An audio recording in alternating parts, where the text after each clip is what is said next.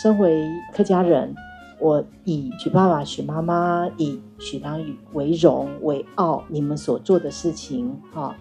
让我们深深的感受到了。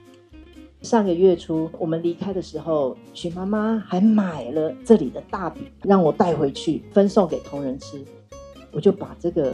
许爸爸、许妈妈捐赠许良宇纪念图书馆的过程写了一封信，写给我们的同仁，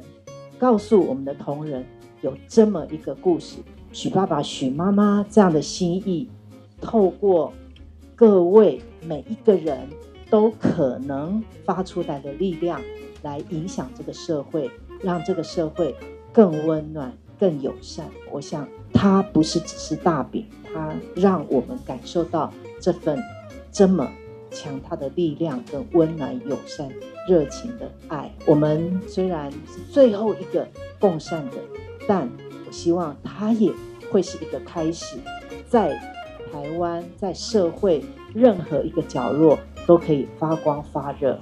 许良宇图书